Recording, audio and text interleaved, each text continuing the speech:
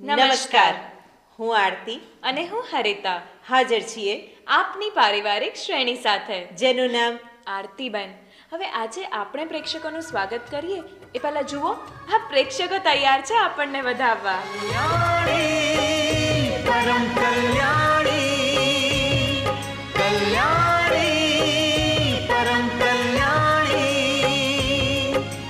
कल्याण सर्वनु करवा માટે જાણે તું સર્જાણી કલ્યાણ સર્વનું કરવા માટે જાણે તું સર્જાણી કરે જતન સદા પરિવારનું નારી કલ્યાણી પરમ કલ્યાણી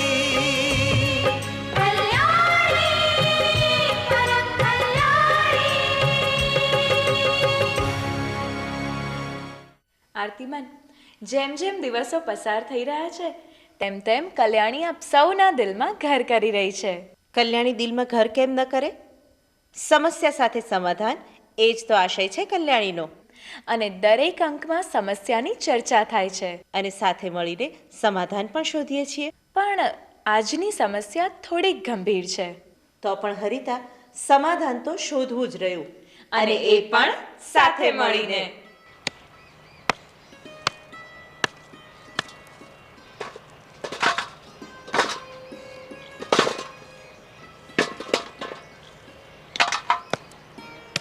અલી અંબા, આ કૌસુતી કોઈ હોભળ્યું?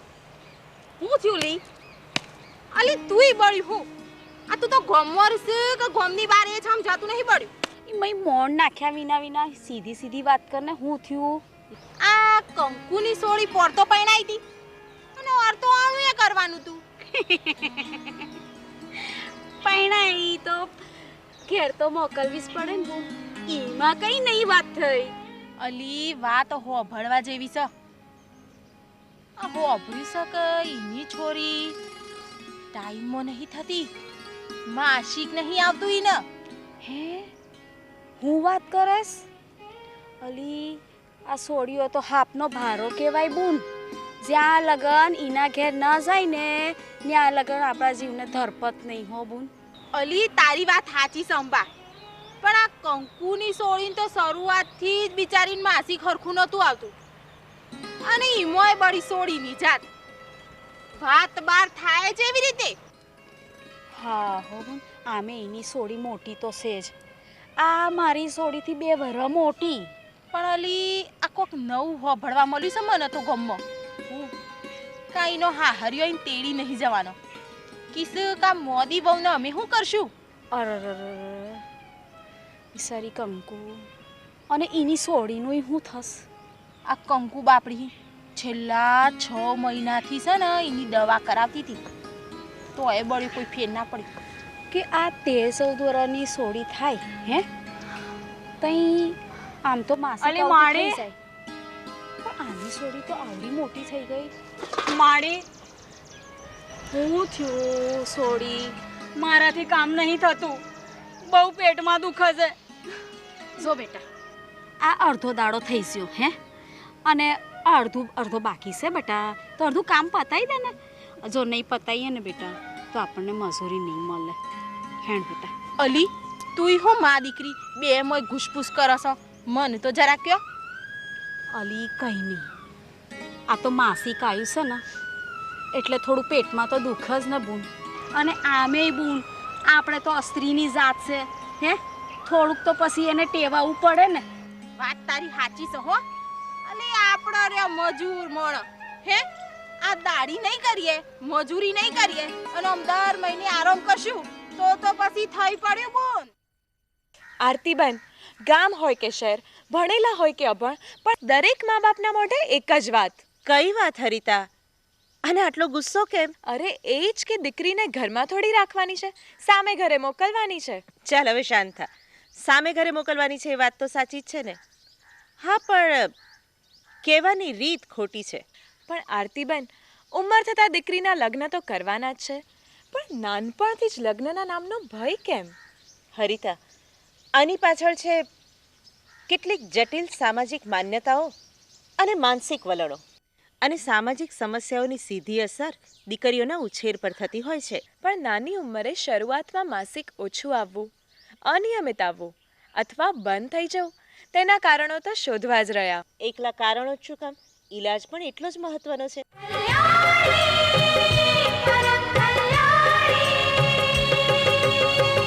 માસિક કે મેનાર્કીની ઉંમર પહેલાં 16-17 વર્ષની આસપાસ માનવામાં આવતી હતી, પરંતુ હવે વાતાવરણમાં થતા ફેરફાર, મીડિયાની અસર, આધુનિકરણ અને ખોરાકમાં થયેલા ઘણા ફેરફારોને કારણે મોટાભાગની તરુણીમાં આ અવસ્થા વહેલી શરૂ થતી જોવા મળે છે. પરંતુ જો કિશોરીને માસિક ખૂબ જ આવે, એટલે કે મહિનામાં 2 થી 3 વખત આવે અથવા તો 6, 7 કે 8 દિવસથી વધારે ચાલે, તો એને ચોક્કસ ડૉક્ટર પાસે લઈ જઈ અને તેની તપાસ કરાવવી જરૂરી છે.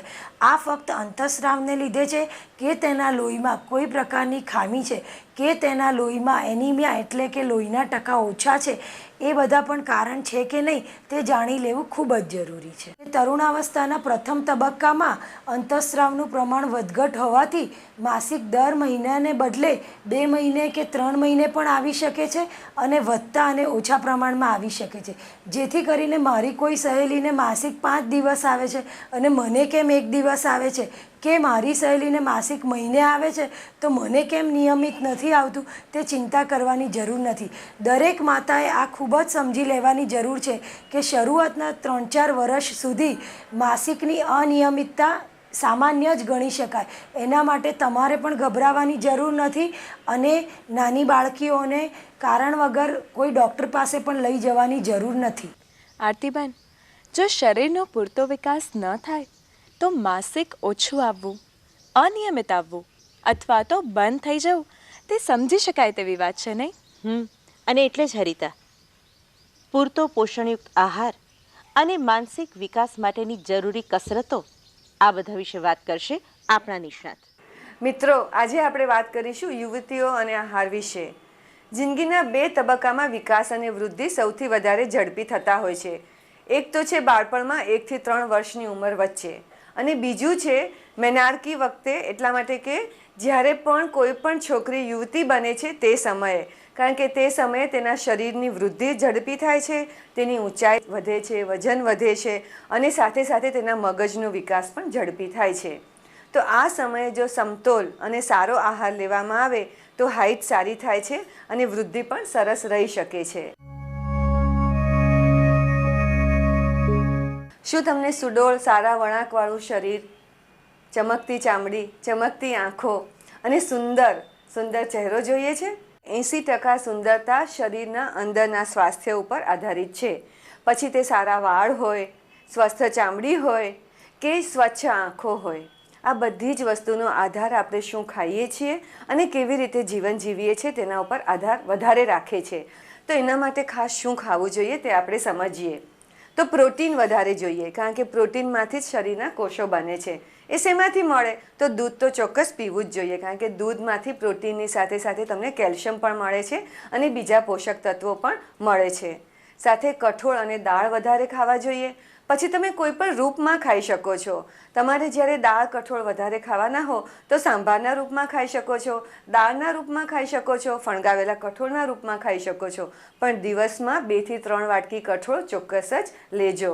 અને હા, શાકભાજી અને ફળોને પણ મહત્ત્વ આપજો, કારણ કે શાકભાજીમાંથી તમને લોહ તત્વ મળશે અને લોહ તત્વ સારું મળશે તો જ લોહી સારું બનશે અને લોહી સારું બનશે તો જ ચહેરા પર લાલાશ અને ચમક રહેશે. તો એ તમને શેમાંથી મળે? તો ઘેરા રંગના શાકભાજીમાંથી. તો આજથી વધારે શાક ખાજો, વધારે સેલાડ ખાજો, વધારે તમે સૂપ કે એવું ભાવે તો તેવું પણ લેજો. તમને ખજૂર ભાવે, અંજીર ભાવે, પાલકની ભાજી ભાવે કે લીલા શાકભાજી ભાવે, કોઈ પણ વસ્તુ દિવસમાં 2 થી 3 વાર ચોક્કસ જ લેજો.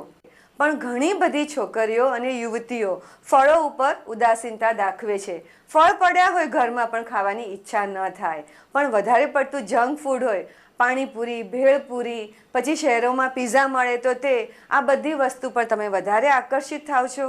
તે ન ખાવ તેવું આપણે નથી કહેતા, પણ તે પણ ખાઓ, ઓછું ખાઓ અને ઘરનો ખોરાક, સ્વસ્થ ખોરાક વધારે ખાઓ. અને જ્યારે તમે બહાર ગયા હો અને તરસ લાગી હોય તો કોઈ પણ દિવસ ઠંડા પીણાની બદલે આજકાલ તો તમને છાશ છે, દૂધ છે, આ બધું પણ પેકેટમાં અને પાઉચમાં મળે છે.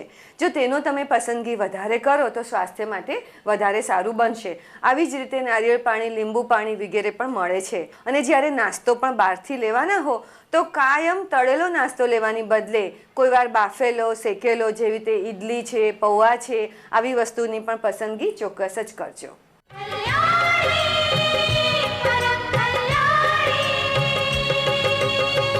જ્યારે પણ તમે બીમાર હો કે તમારામાં લોહી ઓછું હોય કે તમે ચિંતામાં હો તો ગમે તેટલો સારો મેકઅપ પહેર્યો હોય કે સારા કપડાં પહેર્યા હોય, શું આપણે સુંદર દેખાઈએ છીએ? નથી દેખાતા. તો જો સુંદર દેખાવું હોય, સારા વાળ રાખવા હોય તો ચોક્કસ જ સ્વસ્થ આહાર અને સારી કસરતોને મહત્ત્વ આપવાનું છે. તો આ બધા ખોરાકમાં સ્પેશિયલ વિટામિન્સ અને એન્ટીઓક્સિડન્ટ રહેલા છે. અને આ એન્ટીઓક્સિડન્ટ્સ આપણા શરીરના કોષોને અંદરથી પોષણ આપે છે. જ્યારે કોષો અંદરથી પોષણ પામે છે તો ચોક્કસ જ તમારા વાળના રૂટ્સ, જે એના મૂળિયા હોય તે મજબૂત બને છે. જો મૂળિયા મજબૂત બને તો જ વાળ સારા બને, તો જ વાળ ચમકીલા બને. તેવી જ રીતે ચામડીને પણ જો અંદરથી પોષણ મળે, અંદરથી પૂરતું પાણી મળે તો એ ચામડી હોય તે વધારે સ્થિતિસ્થાપક અને ચમકીલી બને. તો આજથી જો સુંદરતા જોઈતી હોય અને સ્વાસ્થ્ય પણ જોઈતું હોય તો વધારે પાણી પીજો, સરસ રીતે પ્લાન કરેલો ખોરાક લેજો અને સ્વચ્છતાને પણ ચોક્કસ મહત્ત્વ આપજો. આરતીબેન, શહેરોમાં તો જીવન સરળ હોય છે, પણ ગામડાઓમાં તો ઘર અને ખેતર બેયનું કામ કરવાનું હોય છે. હા, અને એટલે જ ત્યાંની બહેનોને પોષણયુક્ત આહાર મળે અને એ પણ સમયસર મળે એ ખૂબ જરૂરી છે. જોકે હરિતા, આપણે અવારનવાર આપણી બહેનોને પોષણયુક્ત આહાર અને કસરત વિશે જણાવતા જ આવ્યા છીએ. પણ દર્શક મિત્રો એનો અમલ કરે છે કે નહીં? હા, જોજો બહેનો, બરાબર અમલ કરજો. કારણ કે આ વાત તો ગામડાની બહેનો હોય કે શહેરની બહેનો હોય, એક સરખી લાગુ પડે છે.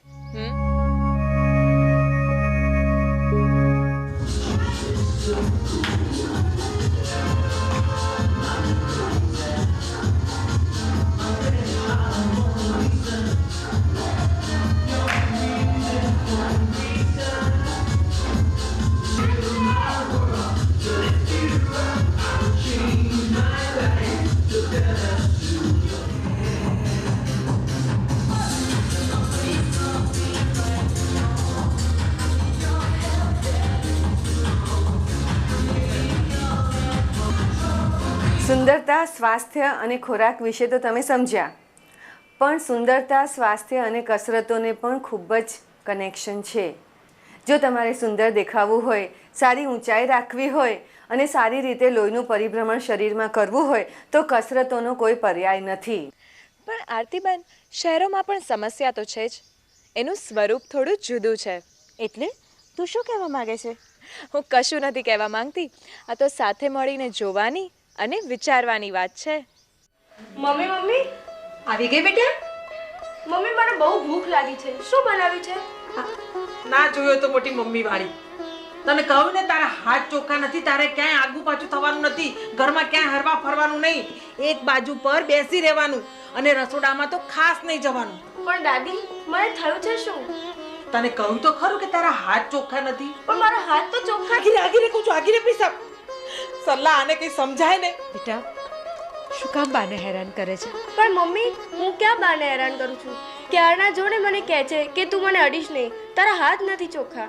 બેટા, એ તો તને માસિક આવ્યું છે ને, એટલે એવું કહે છે. પણ મમ્મી, તું તો કહેતી હતી કે દરેક મહિને દરેક છોકરોને આવું થાય, તો શું મારે પણ દર મહિને આવી રીતે અછૂતા રહેવું પડશે? હા, હવે સમજી એ વાત સાચી. પણ મને માસિક આવે એમાં મારો શું વાંક? બેટા, આમાં તારો કોઈ વાંક નથી. આ તો કુદરતના ઘરનો નિયમ છે. પણ મમ્મી, શું કુદરતનો નિયમ અમને અછૂતા રાખવાનો છે? બેટા, આ તો વર્ષોથી ચાલતું આવ્યું છે. વર્ષોથી ચાલ્યું આવ્યું છે ને વર્ષો સુધી ચાલ્યા કરશે. આજકાલની છોકરીઓને અને એમની માઓને કઈ કહેવાય જ નહીં. અમારા જમાનામાં તો વડીલો કઈ કહે તો સાંભળી લેવું પડે. આમ સામે તમે બોલો છો ને, અમારથી બોલાય નહીં, બધું સાંભળવું પડે, સમજ્યા? બા, શું કામ વાતનું વતેસર કરો છો? હું આને કઈ સમજણ પડે તો વાત તો વતેસર થઈ ગયું એમ? બા મેં કહ્યું તો ખરું, નાની છોકરી છે, ધીમે ધીમે સમજી જશે, મને સમજાવી દઈશ. મારે શું, હું તો જઈશ કાલ લાકડામાં, પણ બધું તમારે ભોગવવાનું છે, સંસ્કાર તમારે દેવાના છે એને, સમજ્યા? શાંતિ રાખો, હું એને બધું સમજાવી દઈશ, એ ધીરે ધીરે બધું સમજી જશે. કુદરતી ઘટના બીજી માન્યતા ખોટી, રજસ્વલા કઈ અડી શકે ના, એ તો ઉપેક્ષા મોટી, સમાજનો અન્યાય હળાહળ સહી રહે કા શાણી, કલ્યાણી પરમ કલ્યાણી, કલ્યાણી પરમ કલ્યાણી. તારી વાત સાચી હતી હા હરિતા. આ તો સાથે મળીને જોઈને વિચારવાની વાત છે. આરતીબેન, આપણે ભણતર તો મેળવ્યું, પણ આપણી માનસિકતા બદલી નહીં. હા, સાચી વાત છે. આપણે ક્યારે વિચાર કર્યો કે આવે સમયે કિશોરીઓને કેટલી મૂંઝવણ થતી હશે? દીકરી છે, પારકા ઘરે જવાનું છે, એને તો ટેવાવું પડે. હા, હવે એમ કહીને છટકી તો ન જવાય ને. આપણે દીકરીઓની મૂંઝવણ સમજવાનો પણ પ્રયત્ન કરવો જોઈએ. આ મૂંઝવણો માટે શું કરવું, તો સૌથી પ્રથમ તો દરેકે દરેક કિશોરીને પોતે આ ધર્મમાં પ્રવેશે એના પહેલાંથી જ સેક્સ એજ્યુકેશન આપવું જરૂરી છે, કે જેમાં એને સમજાવવામાં આવે કે પોતાનું રિપ્રોડક્ટિવ ફંક્શન શું છે, કેવી રીતે છે, અને માસિક એ શું છે, એકચ્યુઅલી કેમ બેસે છે, એ દરમિયાન શું થાય છે. અને બીજી વસ્તુ કે જે છોકરીઓને જ નહીં પણ આપણે સમાજને પણ સમજાવવાની જરૂર છે કે અહીંયા નહીં અડવું, ત્યાં નહીં અડવું. એ જે આખી વસ્તુ, એ જે પ્રથા બનાવવામાં આવી હતી એ એટલા માટે કે છોકરીઓનો જ્યારે આ માસિકનો પીરિયડ છે એ વખતે એ ઘણું લોહી ગુમાવી રહી છે પોતાના શરીરમાંથી, જેના લીધે એને ખૂબ થાક, અશક્તિ, નબળાઈ, પગ દુખે, આ બધા લક્ષણો થઈ શકે. એટલે આ પીરિયડ દરમિયાન એ આરામ કરે એ એના માટે ખૂબ જરૂરી છે. એટલે એ કામમાંથી એને મુક્ત કરવા માટે, દોડાદોડીમાંથી એને મુક્ત કરવા માટે બહુ પહેલાં સમાજે આ નિયમ બનાવ્યો હતો કે છોકરીને આ પીરિયડ દરમિયાન આરામ મળવો જોઈએ. પણ એની જગ્યાએ આજ ઘણા લોકો એને ઊંધી રીતે લે છે કે અહીંયા તારે આજે રસોઈ નથી બનાવવાની, પણ તારે આજે આખા ઘરના કચરા પોતા કરવાના છે, વાસણ ઉટકવાના છે, વગેરે વગેરે. એટલે સમાજે એ સમજવાની જરૂર છે કે આ 3 દિવસ જે છે એ છોકરીને અતડી નથી પાડવાની, પણ એને આરામ આપવાનો છે. આપણે ત્યાં એક એવી માન્યતા પ્રવર્તે છે કે જ્યારે માસિક ચાલતું હોય તો છોકરીઓએ કે સ્ત્રીઓએ કોઈ પણ પ્રકારની કસરત ના કરવું જોઈએ અને સંપૂર્ણ આરામ જ કરવો જોઈએ. ખરેખર તેવું જરૂરી નથી. જો તમને દુખાવો હોય કે બહુ જ બ્લીડિંગ થતું હોય તો બહુ જ દોડવાની કે કૂદવાની પ્રવૃત્તિઓ ના કરવી જોઈએ. પણ શરીરને જેનાથી ખેંચાણ મળે, બધા સ્નાયુઓમાં લોહીનું પરિભ્રમણ વધે તેવી સ્ટ્રેચિંગ એક્સરસાઇઝ તો ખાસ કરવી જોઈએ, જેથી તમને દુખાવામાં રાહત મળી શકે છે અને તેનાથી બ્લીડિંગ તો વધતું જ નથી અને તમારો મૂડ સારો રહી શકે છે. તો થોડી સિમ્પલ એક્સરસાઇઝીસ અને 2-3 ખાસ યોગાસન છે જે છોકરીઓ એ સમયે કરવા જોઈએ, તે કરવાથી માસિક સમયે ફાયદો થાય છે. અને આમ પણ વિજ્ઞાન તો કહે જ છે કે માસિક દરમિયાન વહી જતું લોહી એ સામાન્ય લોહી જેવું જ હોય છે. આવા સમયમાં દીકરીને સ્વાસ્થ્યના સંદર્ભમાં જરૂરી સ્વચ્છતાની સમજ આપીએ. તો પછી આટલું જરૂર કરજો. દીકરીના આ સમયમાં માતા પિતા તરીકે તેને હૂંફ આપો, તેના ખોરાકનું ધ્યાન રાખો અને વડીલોને પણ પ્રેમથી સમજાવો. સમજી ગઈ, હું બરાબર સમજી ગઈ. હવે તમે શું સમજી ગયા? એ જ કે તે દર્શક મિત્રોને આજની ટિપ્સ આપી દીધી. હા, તો પછી આટલું જરૂર કરજો અને પછી જુઓ તમારી દીકરીના ચહેરા પર કેવું સ્મિત રેલાય છે. તમે જોજો, દીકરીનું એક હાસ્ય તમારા ઘરને કેવું ભર્યું ભર્યું કરી મૂકે છે. અને ભૂલ્યા વગર દીકરીને વાલ કરતા રહો. અને હા, આપણો જીવન મંત્ર કેમ ભૂલાય? ખુશ રહો, સ્વસ્થ રહો.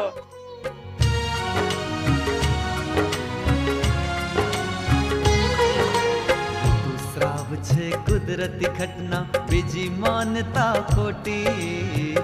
ઋતુસ્રાવ છે કુદરતી ઘટના, બીજી માન્યતા ખોટી.